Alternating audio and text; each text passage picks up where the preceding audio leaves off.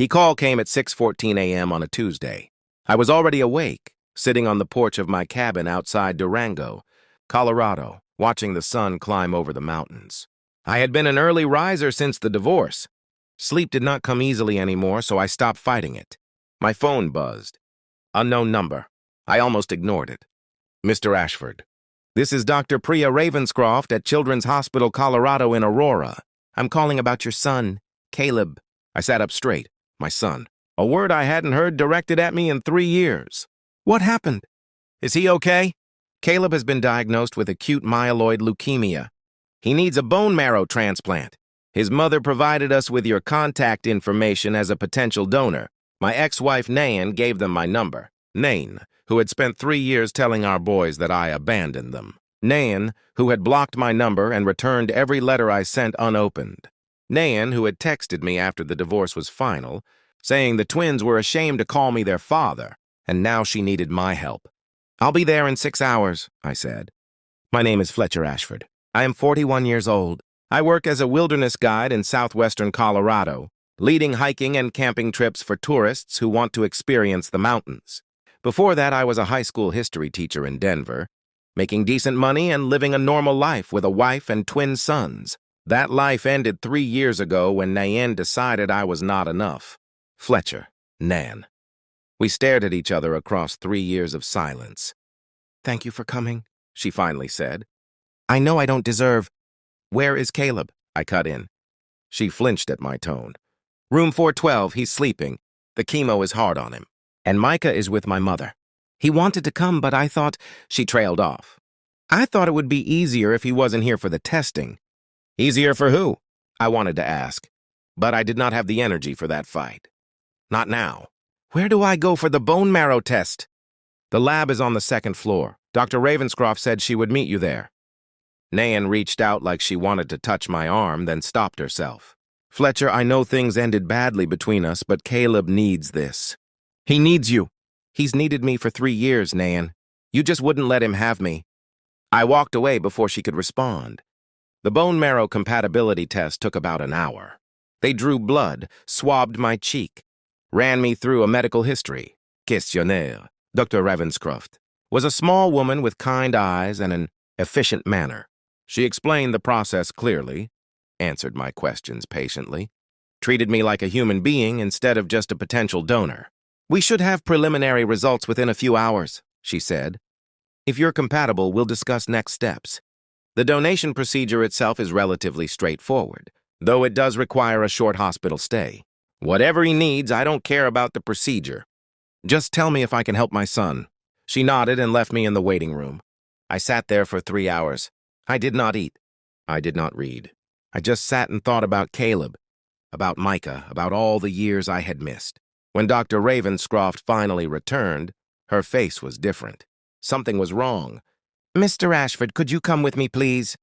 She led me down a corridor to a small conference room. Inside were 2 other people, a man in a suit and a woman in a white coat.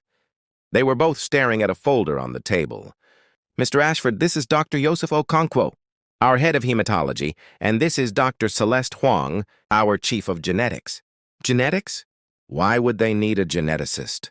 Please sit down. I sat, my heart was pounding. Mr. Ashford, Dr. Ravenscroft began slowly. We ran your compatibility test 3 times. We checked for lab errors, contamination, anything that might explain what we found. What do you mean? Am I not a match? The 3 doctors exchanged glances. Mr. Ashford, Dr. Okonkwo said, the test results show that you are not biologically related to Caleb. The words did not make sense. That's impossible. He's my son. He and Micah are twins. I was there when they were born. We understand this is difficult to hear, Dr. Huang said gently. But genetics don't lie. We ran a full panel. There is no paternal DNA match between you and Caleb. And based on the genetic markers, we believe there would be no match with Micah either. What are you saying? That neither of them is mine? That's exactly what we're saying. Mr. Ashford, neither twin shares your DNA. You cannot be their biological father. The room started spinning. I grabbed the edge of the table. Then who? We don't know, Dr. Ravenscroft said. That would require testing other potential fathers. Dr. Ravenscroft's voice was gentle. Mr. Ashford, I'm so sorry. I can't imagine how this must feel. I could not speak, could not think. Could not do anything except stare at the folder. On the table, the folder that contained proof that my entire life had been a lie. 11 years. 11 years of loving those boys, of coaching their soccer teams and helping with their homework and reading them bedtime stories. 11 years of believing I was their father, and none of it was real. There's something else, Dr. Hang said carefully. Something that makes the situation more complicated. More complicated. The genetic analysis revealed an anomaly. Caleb and Micah are twins. Yes, but they're not identical twins, as you were presumably told. They're fraternal. Okay, so fraternal twins can have different fathers. It's rare, but it happens. It's called heteropaternal superfecundation. I stared at her. Different fathers? You're saying my twins have different fathers? We're saying Caleb and Micah have different biological fathers, neither of whom is you. Dr. Hang paused. Mr. Ashford, your ex-wife was apparently involved with at least 2 other men during the time of conception. 2 other men. Not 1, 2. Nayan had not just cheated on me. She had cheated with multiple people, gotten pregnant by 2 different men, and let me believe for 11 years that I was the father of both children. I stood up, then sat back down. My legs would not work. I need a minute. Take all the time you need, Dr. Ravenscroft said. We'll be outside when you're ready. They left me alone in that conference room. I sat there for a long time, staring at nothing, trying to understand how everything I believed about my life had just been erased. I met Nan Colebrook at a friend's wedding in 2009. She was a bridesmaid. I was a groomsman. We were paired together for the reception entrance, and by the time dinner was over, I knew I wanted to see her again. She was 26, working as a marketing coordinator for a tech startup, smart, ambitious, with a laugh that made you feel like you were the funniest person alive. We dated for 2 years, got engaged on a trip to San Francisco, and married in the fall of 2011. Looking back, I can see the warning signs, the way she always needed attention, the way she flirted with other men and called it harmless, the way she would disappear for hours and come back with explanations. That never quite added up, but I was in love, and love makes you blind. The twins were born in March 2013. Nan had told me they were identical, 2 boys. Same egg split in 2, perfect copies of each other. I believed her because why wouldn't I? I was not a doctor. I did not know the difference between identical and fraternal twins. I held those babies in the delivery room and cried. Caleb came first, then Micah 4 minutes later. They were tiny and wrinkled and perfect, and I loved them instantly. For the next 8 years, I was a father, not a perfect father. I worked too much, missed some school events, lost my temper more than I should have, but I showed up every day. I showed up, changed diapers, wiped noses, sat through endless hours of youth soccer, read stories, checked for monsters under beds, and held them when they were scared. I thought we were happy. I thought our family was solid. In 2020, Nan told me she wanted a divorce. I'm not happy, Fletcher. I haven't been happy for years. What do you mean? I thought we were good. Good isn't enough. I want more than good. I want excitement, passion, something real. Real? We have 2 kids. We have a life. What's more real than that? She looked at me with something like pity. You don't understand. You never understood.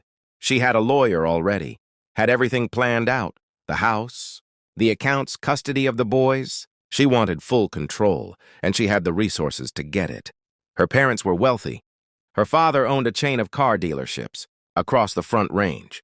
They bankrolled her legal team, and I could not compete. I tried to fight for the boys, tried to argue that I was a good father, that I deserved at least joint custody.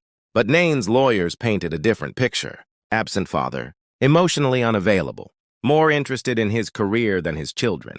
None of it was true, but truth does not always win in family court. The judge gave Nayan full custody.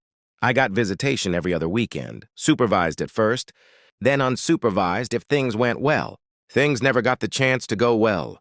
2 weeks after the divorce was finalized, Nayan moved the boys to her parents' house in Castle Rock. She changed their school, changed their phone numbers, changed everything. When I showed up for my first scheduled visitation, no one was there. I called her lawyer.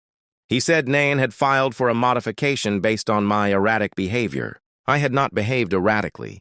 I had simply tried to see my sons. The courts moved slowly.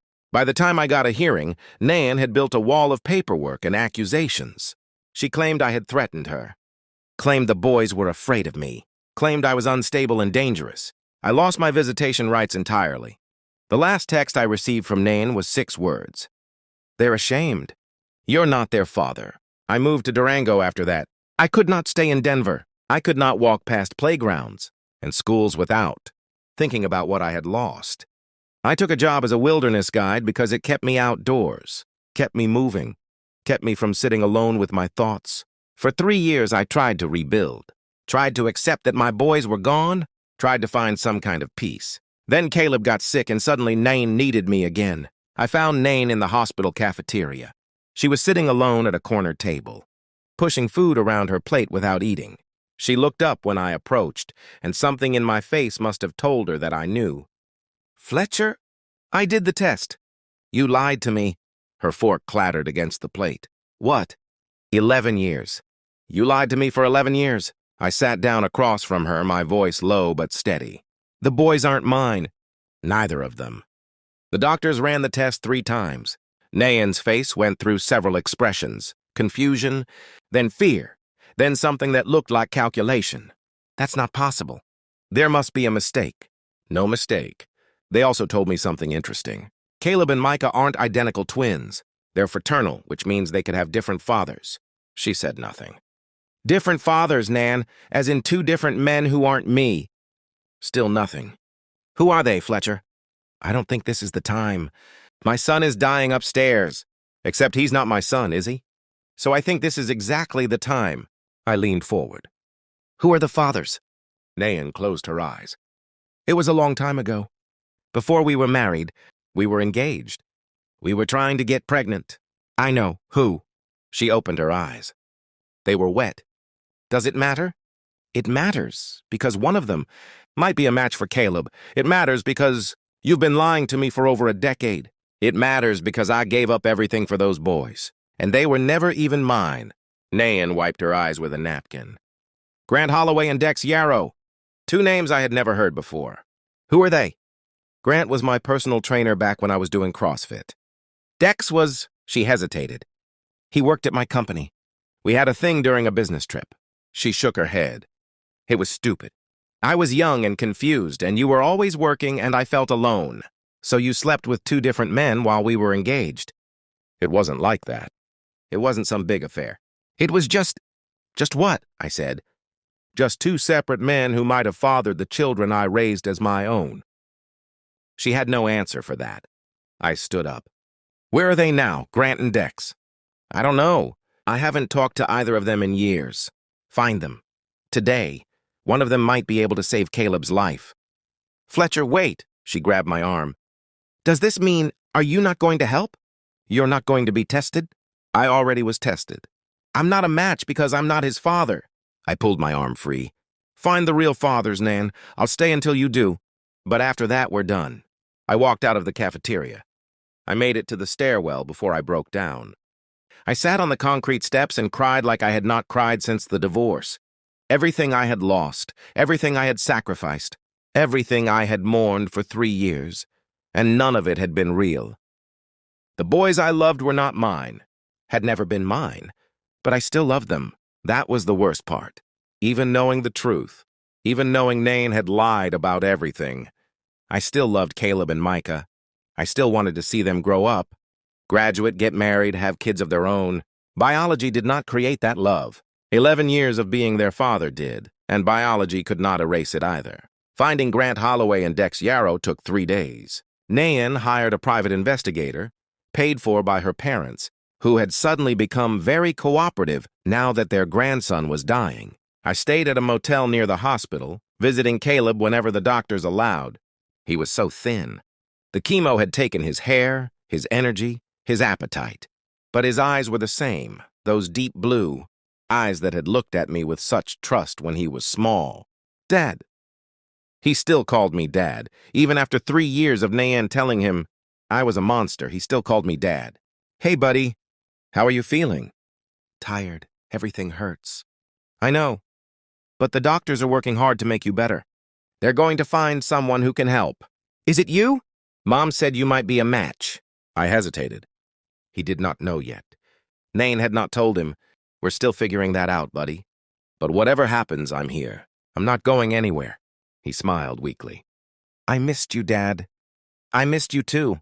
More than you know. I held his hand until he fell asleep. Micah came to visit on the second day. He was bigger than Caleb, healthier, with their mother's dark hair instead of the light brown that Caleb and I had shared. Now I knew why they looked different. Different fathers. Hi, he said awkwardly from the doorway. Hi, Micah, you can come in. He shuffled into the room, avoiding eye contact. Mom said you came to help Caleb. That's right. She said you weren't a match. So Nain had told him that much, just not the whole truth. No, I wasn't. But they're looking for someone else who might be. Micah nodded. He looked like he wanted to say something else but did not know how. You can ask me, Micah, whatever you want to know. He finally looked at me. Why didn't you fight harder for us? I mean, after the divorce, Mom said you didn't want us anymore. But I never believed her. My heart cracked open. I fought as hard as I could, buddy. But your mom had lawyers? Couldn't afford, and the judge believed her instead of me. I tried to see you, called, wrote letters, showed up at your school once. Nothing worked. We never got any letters. I know, your mom made sure of that. Micah was quiet for a moment. She lied about a lot of things, didn't she? Yeah, she did. Is she lying about something else? Something about the test? Smart kid. Always had been. Ask your mom, Micah. It's not my place to tell you. He looked at me for a long moment. Then he nodded and walked to his brother's bedside. I left them alone together. Grant Holloway was found on the third day. He was living in Phoenix, working as a fitness consultant for a chain of gyms. The private investigator tracked him down through social media and old employment records. Nain called him. I was not there for the conversation, but I saw her face afterward. He's coming. He said he'll get tested. Does he know about Caleb? He knows now. What did he say? Nain looked away. He said he always suspected. That I told him I was pregnant right before I married you, and then suddenly I was having twins. He knew for 11 years, he knew there was a chance, and he never said anything. He said he didn't want to ruin my marriage. I laughed, a bitter, hollow sound. My marriage was ruined the moment you cheated on me. Nain, he just helped you hide it better. Grant Holloway arrived the next morning. He was tall, muscular, with the kind of physique you would expect from a personal trainer. He walked into the hospital like he owned the place, all confidence and swagger. I hated him immediately. But he was here to save Caleb, so I kept my mouth shut. The test took 2 hours. We waited in the same conference room where my world had fallen apart. Dr. Ravenscroft came in with the results. Mr. Holloway, you're a partial match. Not perfect, but close enough to proceed with the transplant. Grant pumped his fist. Yes! That's what I'm talking about. Nain started crying. Thank God, thank God. I said nothing. Dr. Ravenscroft continued. We'll need to schedule the procedure as soon as possible. Caleb's condition is deteriorating. Can you stay in town for the next week? Whatever it takes, Grant said. He's my son, right? I'm going to save my son. My son. He said it so easily, like 11 years of my life meant nothing. I stood up and walked out of the room. No one tried to stop me. I was packing my bag at the motel when someone knocked on the door. Micah was standing in the hallway alone. How did you get here? Took an Uber. Don't tell Mom. I stepped aside to let him in. You're leaving, he said, looking at my bag. Yeah, Grant's a match. They don't need me anymore. I need you. The words hit me like a punch. Micah? Okay, I figured it out. Mom told Caleb about Grant, about how he's the biological father, and I saw the way she looked at me afterward. Like she was deciding whether to tell me too. He sat down on the edge of the bed. So I asked her straight out, and she admitted it. Some guy named Dex is my real father. I'm sorry, Micah. I'm so sorry. Don't be. You didn't do anything wrong. He looked up at me.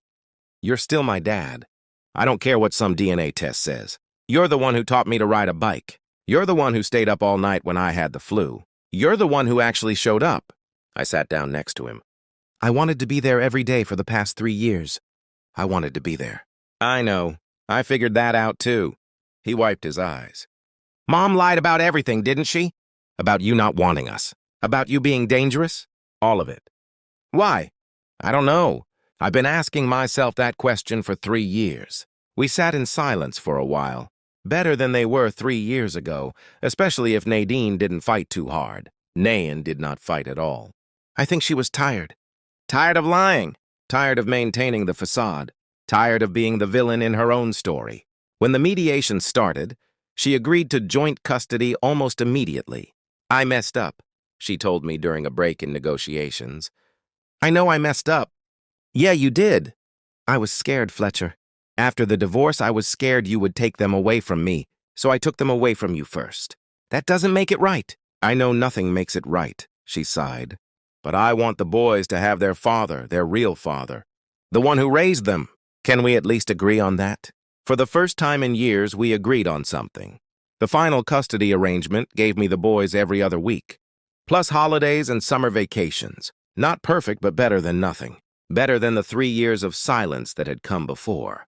Caleb recovered fully. The bone marrow transplant took, and his leukemia went into remission. Within a year, he was back to his old self, playing soccer, struggling with math, arguing with his brother about video games. Normal kid stuff. He knows about Grant now. He knows the man who donated his bone marrow is his biological father. But he also knows who raised him. Grant saved my life, he told me once. But you made my life worth saving. I cried when he said that. I couldn't help it. Micah never reached out to Dex. Never wanted to. He said he had everything he needed right here. The boys are 15 now, high, school freshmen dealing with all the drama and confusion that comes with that age. They still spend every other week at my cabin in Durango, hiking and camping and learning to fish in the mountain streams. It is not the life I imagined, not the unbroken family I thought I was building when I held them in the delivery room all those years ago. But it is real, it is honest, and it is mine. Nayan and I are not friends, probably never will be. But we have found a way to coexist, to communicate about the boys without fighting, to put their needs ahead of our old wounds. She is getting married again. Some accountant she met through her father's business, I heard. I hope it works out for her, not for her sake, but for the boys. They deserve stability. I am not dating anyone. I have not really tried since the divorce. Maybe someday I will. But for now, I have everything I need. 2 sons who call me Dad, a home in the mountains, and the knowledge that biology is the least important part of being a father. I keep a photo on my desk. It is from the boys' first soccer game back when they were 6. They are wearing matching jerseys, holding a trophy that everyone got for participating, grinning at the camera like they just won the World Cup. I am in the background, out of focus. But you can tell I am smiling too. That photo was taken during the good years, before the divorce, before the custody battle, before I learned that the boys I loved were not biologically mine. I used to look at it and feel sad. All that happiness, all that innocence, all of it built on a lie. Now I look at it and feel grateful. Grateful for those years. Grateful for the boys those babies became. Grateful that despite everything Nayan did, despite all the lies and manipulation, the bond I built with Caleb and Micah survived. Blood does not make a family. Showing up does. Being there for the hard parts and the easy parts and everything in between. I showed up for 11 years as their only father, and for the 3 years, when I was forbidden from seeing them at all, I never stopped showing up. And when they were old enough to choose for themselves, they chose me. That is worth more than any DNA test. So here is my question for you. What makes someone a father? Is it biology? Is it a legal document? Or is it something deeper? Something that cannot be measured in a lab or argued in a courtroom? I spent 3 years thinking I had lost my sons. Turns out I never lost them at all. They were waiting for me the whole time. Tell me your story. What does family mean to you? If this resonated with you, hit that like button. Share it with someone who needs to hear it. And if you want more stories like this, subscribe to the channel. New stories every day. Real people, impossible situations, and the strength we find when everything falls apart. Turn on notifications so you do not miss a single one. Thank you for staying until the end. It means everything. I will see you in the next one.